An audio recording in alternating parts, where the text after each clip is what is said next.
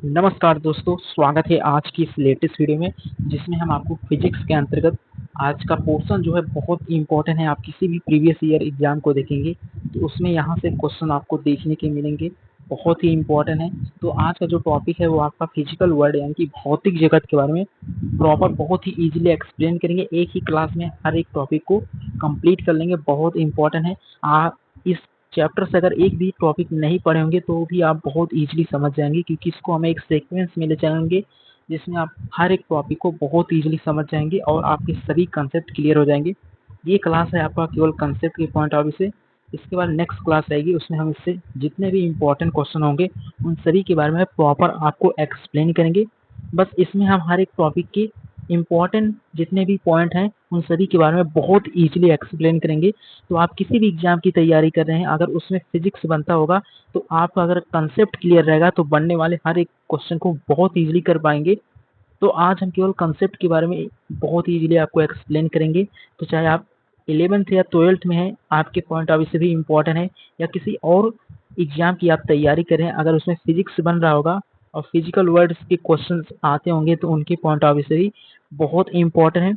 तो बहुत इम्पोर्टेंट है क्लास, फोकस आपका 100% सामने रहेगा, तब आप टॉपिक को और इजीली समझ पाएंगे। क्योंकि फोकस अगर आपका रहेगा तभी किसी भी टॉपिक को समझने के लिए आपको 100% फोकस रहना ज़रूरी होता है। जब आपका फोकस रहता है तब आप टॉपिक को बहुत ईजिली समझ पाते हैं, नहीं तो आप नहीं समझ पाएंगे कितना ईजिली आपको एक्सप्लेन किया जाए। तो बस आप फोकस सामने रखना, हर एक टॉपिक को बहुत ईजिली आपको एक्सप्लेन करेंगे, बहुत इंपॉर्टेंट है। तो इसमें हम हर एक टॉपिक को लाइन बाय लाइन आपको क्लियर करते चलेंगे। इससे नेक्स्ट लेक्चर में इसके जितने भी इम्पोर्टेंट क्वेश्चंस होंगे, हर एक टॉपिक से संबंधित क्वेश्चंस होंगे, उन सभी के बारे में प्रॉपर नेक्स्ट लेक्चर में कंप्लीट डिटेल में एक्सप्लेन करेंगे। ये आपका कंसेप्ट का क्लास है, वो आपका एमसीक्यू का सीरीज रहेगा। तो दोनों क्लासेस इसी टॉपिक के रहेंगे, यानी कि जो फिजिकल वर्ल्ड है यानी कि भौतिक जगत। तो भौतिक जगत सिंपली क्या होता है, अब प्रॉपर इसको शुरुआत करते हैं। बस आपका फोकस सामने रहना चाहिए, तब आप बहुत ईजिली इस टॉपिक को समझ पाएंगे। तो स्टार्ट करते हैं। तो आप समझ सकते हैं कि जो भौतिक जगत होता है वो क्या होता है, किस तरीके से होता है। अब इसके बारे में आपको प्रॉपर समझना होगा, बहुत इंपॉर्टेंट है। तो बात करते हैं जो आपका भौतिक जगत है वो क्या है। तो भौतिक जगत में हम क्या देखते हैं इसके बारे में आपको प्रॉपर समझना होगा, बहुत इम्पोर्टेंट है। तो इसमें जो हमारा होता है, जैसे अगर बात करें, पहला पॉइंट आता है समझने की पॉइंट ऑफ से, ये डेफिनेशंस हैं आपको समझने के लिए कि विज्ञान क्या है। तो विज्ञान क्या है अगर पूछ लेगा कोई, तो आपको ये समझना होगा कि विज्ञान क्या होता है। तो विज्ञान प्राकृतिक घटनाओं का अध्ययन है, जिसमें हम यहाँ समझने की कोशिश करते हैं कि कोई घटना क्यों और कैसे होती है। तो समझ यानी कि विज्ञान को आप समझने की पॉइंट ऑफ से ये समझिए, जैसे कोई घटना आपके सामने घटती है तो वो आप विज्ञान में यही अध्ययन करते हैं कि वो घटना किस तरीके से हो रही है और क्यों हो रही है। जैसे सुबह के समय आप देखते होंगे जो सूर्य का प्रकाश होता है वो निकलता है, तो आप विज्ञान में यही अध्ययन करते हैं कि उसकी जो प्रकाश होता है वो कैसे, यानी कि इसमें मेंशन किया है कि कोई भी घटना होगी वो क्यों होगी और कैसे होती है, इसी के बारे में हम साइंस में डिस्कस करते हैं। तो जो सूर्य की किरण निकलती है सुबह के समय, तो आप देखते होंगे, आप सोचते होंगे कि ये घटना कैसे होती है और क्यों होती है। ये पॉइंट आपके माइंड में दो क्वेश्चंस आते होंगे। तो उसके पीछे का कारण क्या है वो आपका साइंस ही बताता है कि सन जब निकलता है तो उसके निकलने का समय का प्रकाश एंड उसके शाम यानी कि शाम के समय देखेंगे तो प्रकाश समान रहता है, लेकिन उसके तुलना में आप दोपहर के प्रकाश को देखेंगे तो अलग रहता है। तो ये सभी हमें इनकी इंफॉर्मेशन कौन देता है, तो ये हमें साइंस देती है। तो साइंस यही कहती है कि विज्ञान प्राकृतिक घटनाओं का अध्ययन है, जिसमें हम यह समझने की कोशिश करते हैं कि कोई घटना क्यों और कैसे होती है। क्यों और कोई यानी कि कोई भी घटना होगी तो वो क्यों होगी और कैसे होगी, इस पॉइंट पर ही हम डिस्कस करेंगे पूरे टॉपिक में। और यही होता है आपका साइंस को समझने का तरीका। तो इस तरीके से आप साइंस की प्रॉपर डेफिनेशन समझ गए होंगे कि कोई भी संसार में घटना होगी, आपके सामने कोई भी घटना ऐसी होती है, जैसे बारिश हो रही है तो बारिश क्यों हो रही है और कैसे हो रही है। हमेशा आपके माइंड में दो क्वेश्चन आने चाहिए, क्यों और कैसे। जैसे जब आंधी आती है तो वो क्यों आ रही है और कैसे आ रही है। तो जो बादल गरजते हैं वो क्यों गरजते हैं और कैसे गरजते हैं, इन्हीं के बारे में हम साइंस में डिस्कस करते हैं। तो ये प्रॉपर आप समझ गए होंगे कि जो आपका क्यों और कैसे का क्या होता है अर्थ, तो वो आपका साइंस के अंतर्गत ही उसके बारे में प्रॉपर समझने को मिलता है। तो उम्मीद करता हूँ आप साइंस की प्रॉपर डेफिनेशन को बहुत ईजिली समझ गए होंगे, बहुत इंपॉर्टेंट है। अभी तो आपका चैप्टर स्टार्ट हुआ है, अभी इसमें हर एक टॉपिक को हम बहुत ईजिली आपको एक्सप्लेन करेंगे, बस फोकस आपका सामने रहेगा। तो आप इस चैप्टर को एक क्लास में कंप्लीट कर लेंगे कंसेप्ट को अपने। अगर आपका कंसेप्ट क्लियर रहेगा तो बनने वाले क्वेश्चन को आप बहुत ईजिली कर पाएंगे। बट आपका इसका रिवीजन आपको बहुत अच्छे तरीके से करना होगा, क्योंकि समझने के पॉइंट ऑफ व्यू से एक अलग बात होती है जब, लेकिन आपका रिवीजन रहेगा तभी आप उसको बहुत ईजिली एग्जाम में कर पाएंगे उन क्वेश्चन को। बाकी क्वेश्चन के समय जहाँ पर भी इम्पोर्टेंट पॉइंट होंगे वहाँ पर हम आपको एक्सप्लेन करेंगे। तो इस तरीके से आप साइंस को समझ सकते हैं। तो आपका ये साइंस की प्रॉपर डेफिनेशन क्या कहती है ये है, यानी कि हमें इस संसार में जो भी घटना होगी वो क्यों होगी और कैसे होगी इसके बारे में प्रॉपर समझते हैं, जो वही आपका साइंस के बारे में बताता है। तो इस तरीके से आप इसको समझ के होंगे। बढ़ते हैं इसके आगे बारे में। तो उम्मीद करता हूँ आप साइंस के पॉइंट ऑफ व्यू को समझ गए होंगे कि साइंस क्या है, यानी कि विज्ञान क्या कहना चाहता है। तो इस तरीके से इसी के बारे में साइंस आपसे पूछता है या कहता है कि कोई भी घटना होगी वो क्यों होती है और कैसे होती है, इसी पॉइंट को साइंस में मेंशन किया है। तो ये तो आपका फिजिकल वर्ल्ड का एक प्रॉपर छोड़। उसके बाद अगला पॉइंट आता है, तो आप ये समझ गए होंगे कि साइंस आपका क्या था और इसकी ये प्रॉपर डेफिनेशन है। उसके बाद अगले पॉइंट में मेंशन किया है यहाँ पर कि यह अनुभव, अवलोकन और प्रयोगों पर आधारित होता है। आप किसी भी अनुभव यानी कि यह अनुभव कर सकते हैं और प्रयोगों पर आधारित होते हैं। तो किस तरीके के प्रयोगों पर आधारित होते हैं आप उसके बारे में आपको प्रॉपर समझना होगा, जो कि बहुत इंपॉर्टेंट है।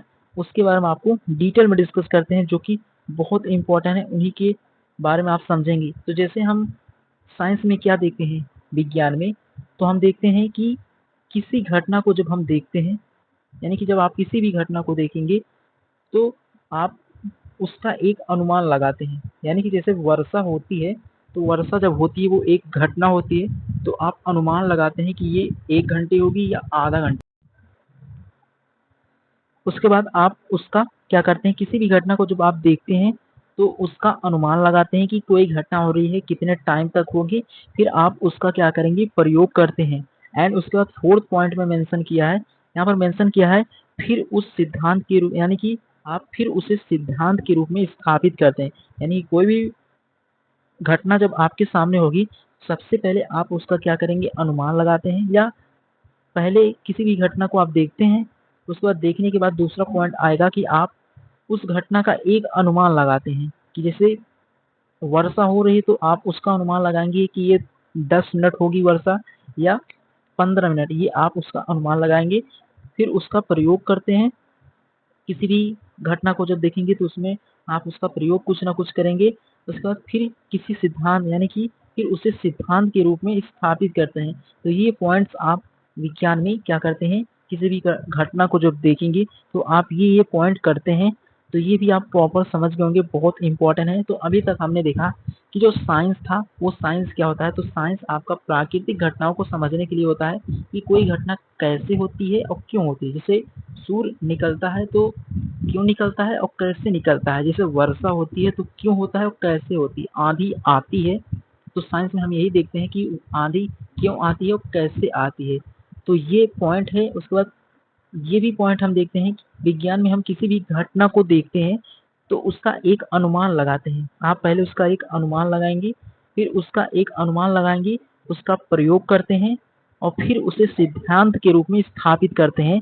ये पॉइंट्स आप साइंस में देखते हैं, बहुत इंपॉर्टेंट है।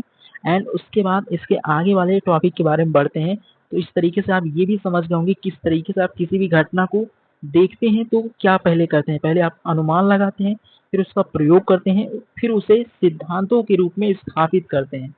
जैसे हमारे जो अलग अलग साइंटिस्ट थे, उन्होंने उनका बहुत बड़ा योगदान साइंस में है। जैसे हमारे सर न्यूटन थे, उन्होंने भी अपना सिद्धांत स्थापित किया था। तो इस तरीके से बहुत से साइंटिस्ट जो थे उन्होंने हमें अलग अलग तरीके से साइंस में एक्सप्लेन किया। आप उनको प्रॉपर आगे समझेंगे तो इसी तरीके से ये होता है। तो उम्मीद करता हूँ आप ये पॉइंट भी बहुत ईजिली समझ पाओगे, बहुत इंपॉर्टेंट है। तो बढ़ते हैं इसके अगले वाले क्वेश्चन के बारे में या अगले टॉपिक के बारे में। तो ये भी आप प्रॉपर समझ गए होंगे। अभी तो हम इसके चैप्टर में एंटर कर रहे हैं, बहुत इंपॉर्टेंट है ये फिजिकल वर्ल्ड जो है, यानी कि भौतिक जगत। ये बहुत इंपॉर्टेंट है, क्लास 11 का चैप्टर नंबर फर्स्ट है, बहुत इंपॉर्टेंट है। अगर आपका बेस मजबूत हो जाएगा तो आगे वाले चैप्टर्स को आप बहुत इजीली समझ जाएंगे। इसमें बहुत से टॉपिक को आगे ये कनेक्ट करेगा, तो इसको बहुत इजीली आप समझ पाएंगे, तो इससे बनने वाले क्वेश्चन को भी बहुत इजीली कर पाएंगे। तो बढ़ते हैं इसमें अगला टॉपिक क्या है। तो अगला पॉइंट है यहाँ पर, अब एग्जाम्पल के थ्रू आप समझेंगे तो अब बहुत इजीली समझ जाएंगे। जैसे एग्जाम्पल में मेंशन किया है कि सेब पेड़ से गिर रहा है। तो ये क्या है, एक आप किसी भी घटना को देख रहे हैं कि जो सेब है वो पेड़ से गिर रहा है। उसके बाद यह अवलोकन करेंगे आप, यह पृथ्वी की ओर खींचता है, यानी कि जो ग्रेविटी होती है वो सेब, यानी कि कोई भी फल होगा या कोई भी आप देखेंगे तो वो सीधे जमीन पर क्यों आता है, क्योंकि जो आपका पृथ्वी है उसमें गुरुत्वाकर्षण होता है, जिससे किसी भी वस्तु को वो तुरंत अपने तरफ अट्रैक्ट यानी कि आकर्षित करती है, तो वो आप पृथ्वी की ओर वो खींचता है। ये सेकंड पॉइंट में मेंशन किया है। तब उसका आप यह परिकल्पना करेंगे। तो परिकल्पना में आपका क्या होता है, तो इस तरीके से उदाहरण में आपने देखा कि सेब से पेड़ गिरा, उसके बाद पृथ्वी की ओर वो फल जो था वो क्या हो गया, आकर्षित हो गया। तो आपने यानी कि एक घटना हुआ कि सेब से पेड़ का गिरना, उसके बाद पृथ्वी की तरफ आकर्षित होना, और तीसरा आता है जो सिद्धांत दिए हैं न्यूटन ने, कि न्यूटन के द्वारा दिए गए गुरुत्वाकर्षण के नियम द्वारा, यानी कि जो उन्होंने अपना एक सिद्धांत दिया था कि कोई भी जो चीज होगी या कोई भी वस्तु होगा वो सीधे जमीन में किस तरीके से आकर्षित होता है। ये कौन, इनका किस तरीके से इनका सिद्धांत था, ये सर न्यूटन ने ही अपना एक नियम दिया था। क्योंकि वो जब देखे तो उन्होंने देखा कि जो फल होते हैं वृक्ष के वो सीधे जमीन पर ही क्यों आते हैं, क्यों हवा में नहीं रुकते हैं। तो उसके पीछे जो पृथ्वी है वो हमारा एक चुंबक की भांति कार्य करता है। गुरुत्वाकर्षण के कारण संसार में हर एक वस्तु दूसरी वस्तु पर एक आकर्षण बल लगाता है, वही होता है आपका गुरुत्वाकर्षण बल। तो इस तरीके से आप एग्जाम्पल से इसको बहुत इजीली समझ पाओगे।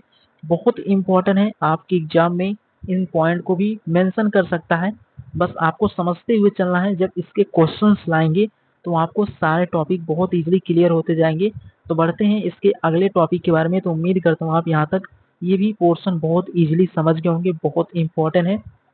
उसके बाद अब स्टार्ट होता है हमारा, अभी तक तो हमने साइंस के बारे में प्रॉपर समझा कि साइंस हमारा क्या था, किस तरीके से हम किसी भी घटना को देखते हैं, फिर अनुमान लगाते हैं, फिर उसको सिद्धांतों के रूप में स्थापित करते हैं। तो सिद्धांत हमारे जो न्यूटन सर थे उन्होंने अपना गुरुत्वाकर्षण का ही नियम दिया था कि जब कोई भी फल होगा वो जमीन पर क्यों आता है, क्योंकि संसार में जो गुरुत्वाकर्षण बल है वो अपने तरफ हर एक वस्तु को आकर्षित करती है। तो ये सिद्धांतों का सत्यापित करते हैं इस तरीके से।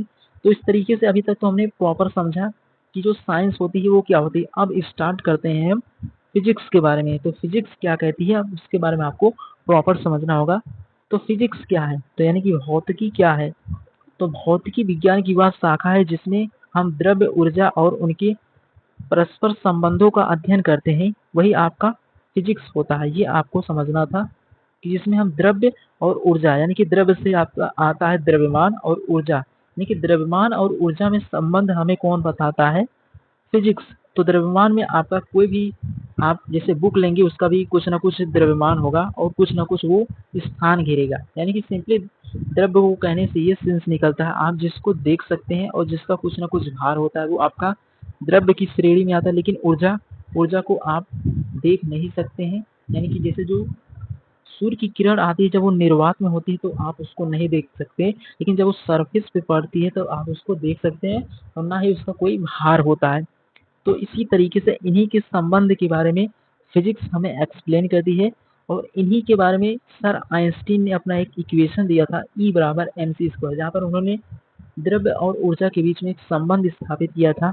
बहुत इंपॉर्टेंट है कि उन्होंने बताया था कि संसार में हर एक वस्तु या कोई भी चीज आप देखेंगे तो इन्हीं पर डिपेंड करता है। यानी कि जैसे आपके सामने जो आपका बुक है वो भी क्या है, द्रव्य है, क्योंकि द्रव्य के लिए कंडीशन ये होता है कि जो कुछ ना कुछ स्थान घेरता है और उसका कुछ ना कुछ भार होता है, वो द्रव्य होता है। तो इस तरीके से आप द्रव्य और ऊर्जा में परस्पर जो संबंध का अध्ययन करते हैं वही आपका फिजिक्स होता है। इसने मेंशन भी किया है, आप बहुत इजीली समझ गए होंगे, बहुत इंपॉर्टेंट था। एंड उसके बाद एग्जाम्पल के थ्रू आपको एक्सप्लेन करें तो एग्जाम्पल में भी मेंशन किया है, जैसे आपका गति हो गया, बल हो गया, ऊर्जा हो गया, ताप हो गया, ध्वनि हो गया, प्रकाश हो गया, विद्युत हो गया, चुंबकत्व हो गया, परमाणु हो गया, ब्रह्मांड हो गया। तो ये सभी क्या है, भौतिक के क्षेत्र में आते हैं, जो बहुत इंपॉर्टेंट है। इस तरीके से इनको समझना होगा। तो उसी प्रकार अगर बात करें पंखे का घूमना, गति जो होता है, जैसे मोबाइल से बात करते हैं आप, विद्युत और चुंबक होते हैं, या सूरज की रोशनी प्रकाश ऊर्जा है, यानी कि जो सूरज की रोशनी है वो प्रकाश ऊर्जा है। तो इस तरीके से आप इनको भी देखते होंगे, ये भी आपके क्या आते हैं, ये सभी फिजिक्स के बारे में प्रॉपर बताते हैं। तो इस तरीके से जो आपके पंखे होते हैं उनका घूमना, तो इस तरीके से सूर्य की रोशनी जो होती है वो प्रकाश ऊर्जा है। तो इस तरीके से प्रॉपर आप फिजिक्स में समझते हैं। तो फिजिक्स आपका द्रव्य और ऊर्जा के परस्पर संबंध का अध्ययन करती है। अब भौतिक जो शब्द है, यानी कि जो भौतिक विज्ञान है, वह द्रव्य और ऊर्जा के परस्पर संबंधों का अध्ययन करते हैं। यही सिंपली आपको समझना था।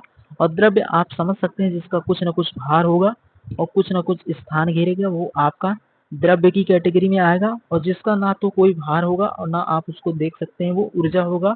और ऊर्जा के लिए आप सन की किरणों को देखेंगे। तो इस तरीके से ये टॉपिक आपका क्लियर होगा, बहुत इंपॉर्टेंट है।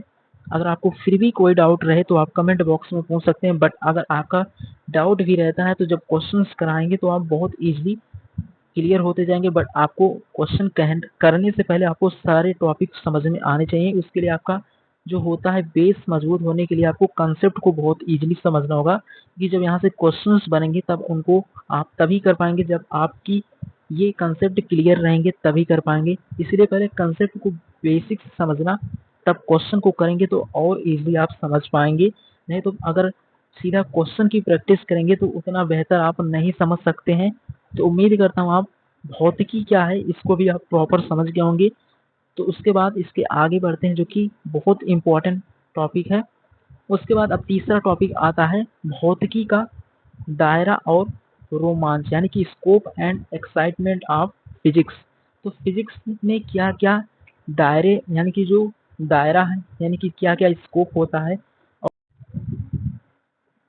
उसके बाद अगला टॉपिक आता है भौतिकी का दायरा और रोमांच, यानी कि इसके कहने का अर्थ निकलता है, यानी कि scope and excitement of physics. यानी कि जो स्कोप का मतलब निकलता है वो भौतिकी कहाँ तक उपयोगी है, ये आपको इसमें समझना है। तो भौतिकी जो आपका है, यानी कि जो फिजिक्स है, उसको कहाँ तक आप, यानी कि कहाँ तक इसका उपयोग होता है। तो यह सब एटॉमिक पार्टिकल्स जैसे 10⁻34 मीटर से लेकर पूरे ब्रह्मांड में 10⁻26 मीटर तक फैली हुई है, क्या इसका स्कोप है फिजिक्स का। तो इस तरीके से आप फिजिक्स के जो स्कोप कहाँ तक है इसको आप प्रॉपर समझ गए होंगे। अब बढ़ते हैं इसके अगले पॉइंट के बारे में। ये समझने के पॉइंट ऑफ व्यू से था कि फिजिक्स का स्कोप क्या है। तो ये आपका सब एटॉमिक पार्टिकल्स 10⁻34 मीटर से लेकर पूरे ब्रह्मांड में 10⁻26 मीटर तक फैली हुई है। तो इस तरीके से ये इसका स्कोप है, यानी कि यहाँ तक इसका उपयोग होता है। एंड उसके अगले पॉइंट के बारे में बात करें तो अगला आता है मूल कणों, यानी कि मूल कण क्या होते हैं।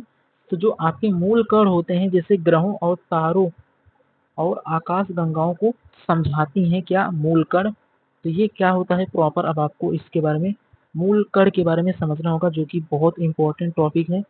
तो ये बहुत ही इंपॉर्टेंट है, इसके बारे में आपको प्रॉपर समझाते हैं। तो जैसे एक्साइटमेंट यानी कि रोमांच का अर्थ निकलता है, जैसे नए खोजे, यानी कि जो नए नए खोज होते हैं।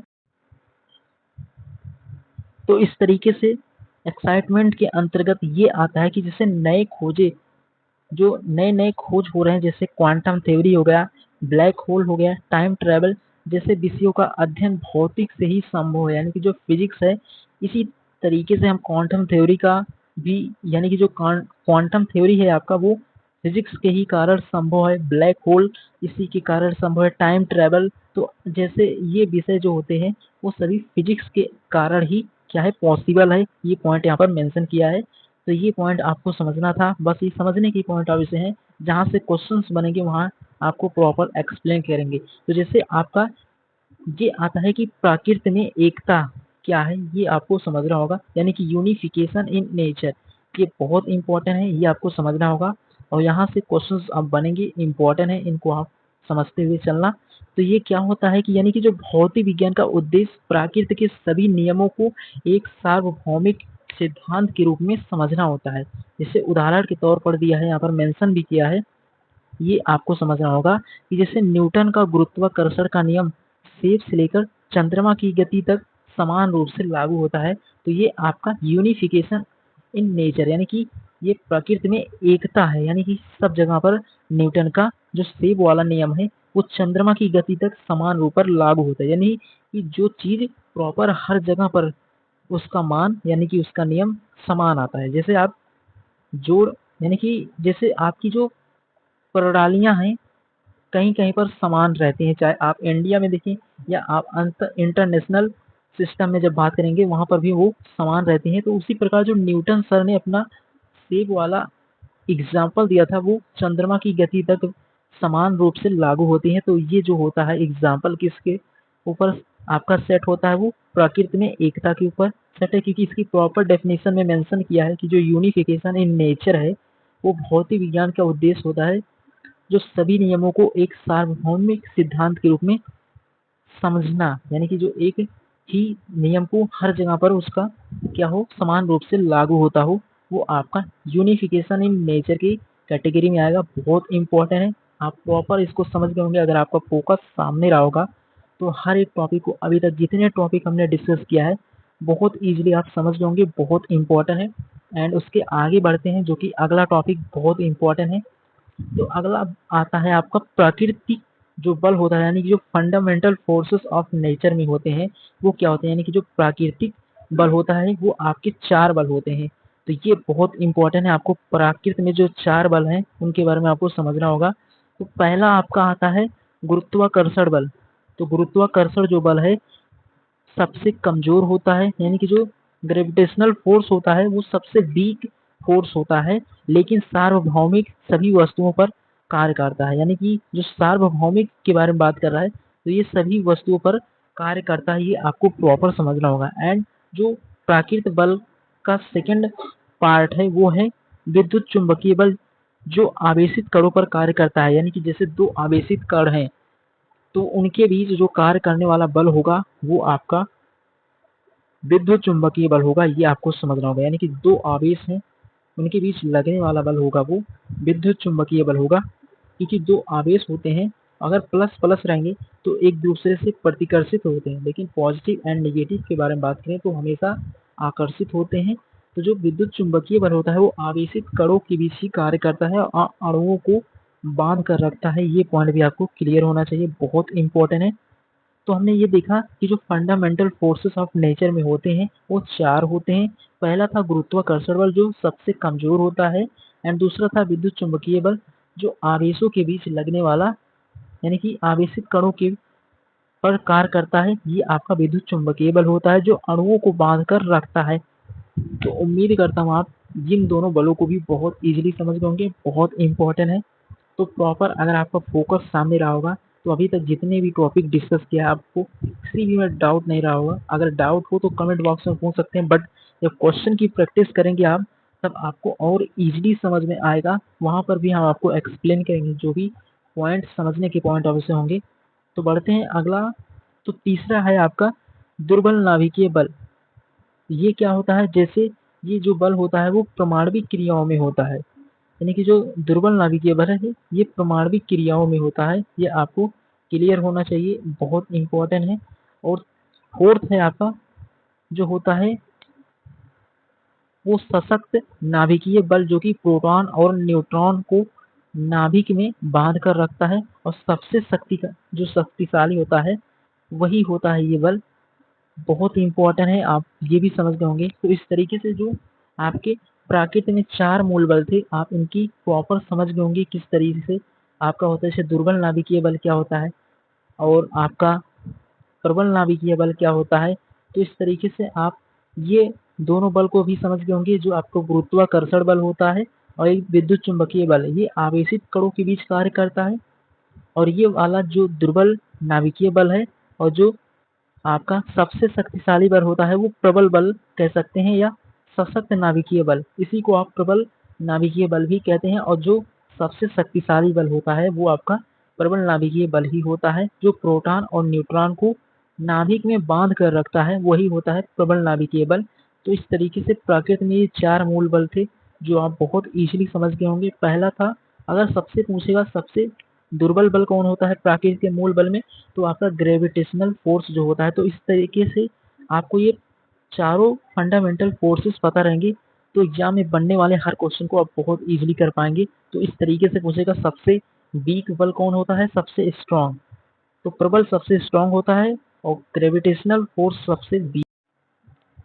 उसके बाद अगला टॉपिक आता है भौतिकी, तकनीकी और समाज, यानी फिजिक्स, टेक्नोलॉजी एंड सोसाइटी, यानी कि जो भौतिक से मिली जानकारियों से तकनीकी आविष्कार में हुए जिससे समाज को फायदा होता हो, वो क्या किस तरीके से होता है इसके बारे में आपको समझना होगा। तो समाज में क्या क्या ऐसी तकनीकियां या आविष्कार हैं जो समाज को फायदा पहुंचाती हैं। तो उदाहरण के लिए आप इनको समझ सकते हैं, बहुत इंपॉर्टेंस है। जैसे भौतिकी में ट्रांजिस्टर जो होता है वो कंप्यूटर में होता है, जो इंटरनेट के लिए, जो समाज को इंटरनेट के रूप में फायदा दे रहा है। जैसे एक्सरे जो होता है वो स्कैनिंग मशीन होता है, जो मेडिकल फील्ड में समाज के लोगों के लिए एक सहायता के रूप में होता है।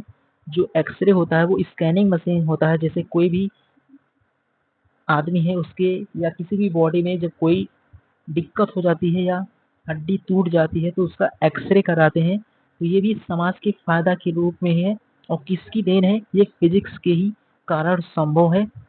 इस तरीके से आप इन एग्जाम्पल्स से इनको समझ सकते हैं। ये एग्जाम्पल्स हैं, आप इनको प्रॉपर बहुत इजीली समझ गए होंगे, बहुत इंपॉर्टेंट है। तो जो ये हैं जो भौतिकी हैं, लेकिन भौतिकी की सहायता से जो जानकारियां हैं, जो आविष्कार हुए हैं, जो समाज को फायदा पहुंचाते हैं लोगों के लिए, उनकी यानी कि जो लोगों के लिए समाज में इनका उपयोग हो रहा है, तो इस तरीके से हो रहा है। जैसे जो एक्सरे की मशीन होती है वो मेडिकल फील्ड में उपयोग के यानी कि उपयोग किया जा रहा है, जैसे हॉस्पिटल्स में इनका उपयोग करते हैं। तो इस तरीके से ये है, ये जो जानकारियां मिलती हैं या इसका आविष्कार फिजिक्स के कारण ही संभव था। तो इस तरीके से ये समाज में इनका बहुत ज़्यादा उपयोग किया जा रहा है।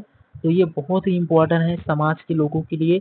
तो इस तरीके से ये फिजिक्स के कारण ही, यानी कि फिजिक्स के ऊपर ही डिपेंड करती है, फिजिक्स से ही ये संभव हुआ है।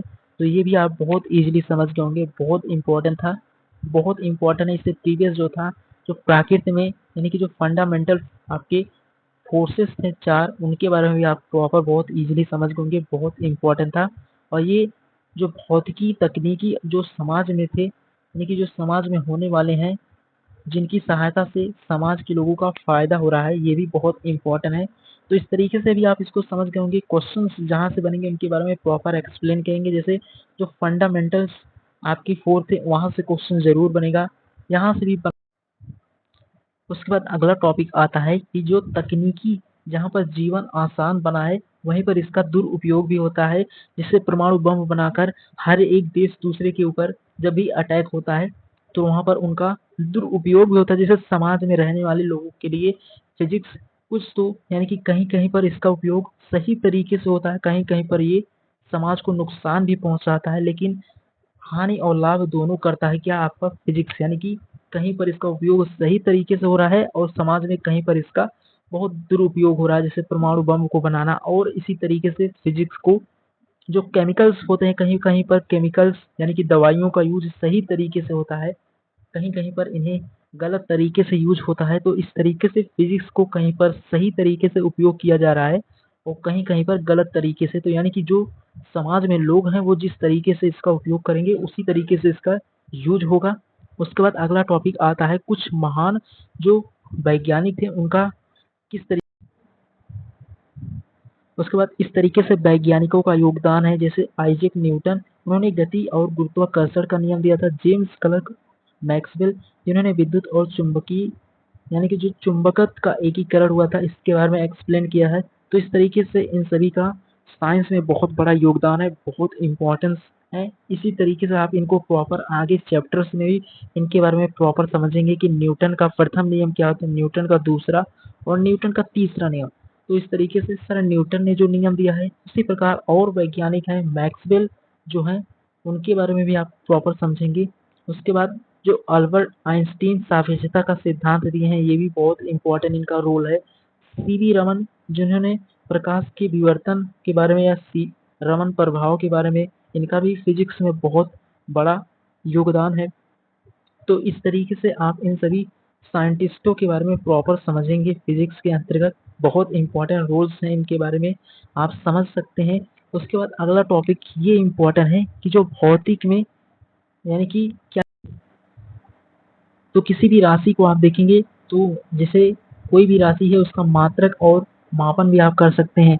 जैसे मान लेते हैं कि आप मार्केट में जाते हैं, 2 किलो शक्कर लेते हैं, तो उसका जो मापन है, तो मापन और मात्रक भी संभव होता है किसी में फिजिक्स के अंतर्गत, यानी कि जो यूनिट एंड मेजरमेंट वाला टॉपिक रहेगा वहाँ पर हम मात्रक एवं मापन के बारे में ही प्रॉपर समझते हैं। तो इस तरीके से भौतिक विज्ञान में किसी भी तरीके से किसी भी घटना को जब देखते हैं, उसका मापन और मात्रक दोनों का यानी कि नाप लेते हैं, यानी कि उसका मेजर करते हैं कि कोई भी क्वांटिटी कितना है, किस तरीके से उसका क्या यूनिट रहेगा, इस सभी के बारे में ये सभी भौतिकी की विधियां हैं। इस तरीके से इनको हम समझ सकते हैं। उसके बाद अगले पॉइंट के बारे में बढ़ते हैं, जो कि लास्ट टॉपिक है आपका। जो फिजिकल वर्ड था वो आपका यहाँ पर समाप्त होता है, यानी कि जो भौतिकी में ज्ञान प्राप्त करने के तरीके होते हैं, वो किसी भी घटना को आप जब देखते हैं, घटना को देखना होता है, मापन यानी कि मात्रक जो होते हैं उनके रूप में नापना, उसको किस तरीके से आप किसी भी मात्रक को उसके रूप में नापना, या परिकल्पना होता है जो घटना संभावित कारण बताना, यानी कि जैसे वर्षा होने का जो कारण लोगों को यानी कि जो साइंटिस्ट हैं उनको पता चल जाता है, वो परिकल्पना के अनुसार है, यानी कि किसी भी घटना का जो संभावित कारण में बताना है कि इस संभव है कि इतने टाइम में वर्षा इस क्या लोकेशन पर हो सकता है। और प्रयोग जैसे परिकल्पना की पुष्टि करना होता है, और सिद्धांत जैसे निश्चित नियम बनाना, जैसे सर न्यूटन ने अपना एक निश्चित नियम दिया था, उसी प्रकार सर आइंस्टीन ने अपना भी नियम दिया था। तो फिजिक्स में ऐसे बहुत से वैज्ञानिकों के बारे में आपने समझ लिया है, बहुत इंपॉर्टेंट उनका योगदान है। तो प्रॉपर आप समझ गए होंगे। भौतिक जगत आपका यहाँ पर समाप्त होता है। इसके नेक्स्ट लेक्चर में हम आपको इनसे संबंधित एमसीक्यू सीरीज के बारे में बहुत इजीली एक्सप्लेन करेंगे। जो भी क्वेश्चंस होंगे इंपॉर्टेंट होंगे, तो आप इनका रिवीजन करके आना, आप बहुत इजीली समझ गए होंगे प्रॉपर तरीके से। हर एक टॉपिक अगर फोकस सामने रखे होंगे तो बहुत इजीली समझ गए होंगे किस तरीके से वैज्ञानिकों का योगदान था। आप ये भी समझ गए होंगे जो ये हैं वैज्ञानिक, जैसे हाइजेनबर्ग अनिश्चयता का सिद्धांत कौन दिया था, या सत्येंद्र नाथ बोस जो थे वो आइंस्टीन सांख्यिकी के बारे में एक्सप्लेन किया था। तो इस तरीके से साइंस के बारे में हर एक वैज्ञानिकों ने क्या क्या योगदान है उनके बारे में आप प्रॉपर समझ के होंगे। तो ये थी आज की फिजिक्स यानी कि भौतिक जगत के अंतर्गत के सारे टॉपिक। इसमें ओवरऑल हर चैप्टर के टॉपिक को यहाँ पर उसका सारांश होता है, क्या क्या हम फिजिक्स में पढ़ते हैं। यहाँ से क्वेश्चंस बहुत कम बनते हैं, बट जो क्वेश्चंस बनते हैं बहुत इंपॉर्टेंट। तो प्रॉपर आप समझ गए होंगे। अगर आपको फिर भी कोई डाउट हो तो कमेंट बॉक्स में पूछ सकते हैं। मिलेंगे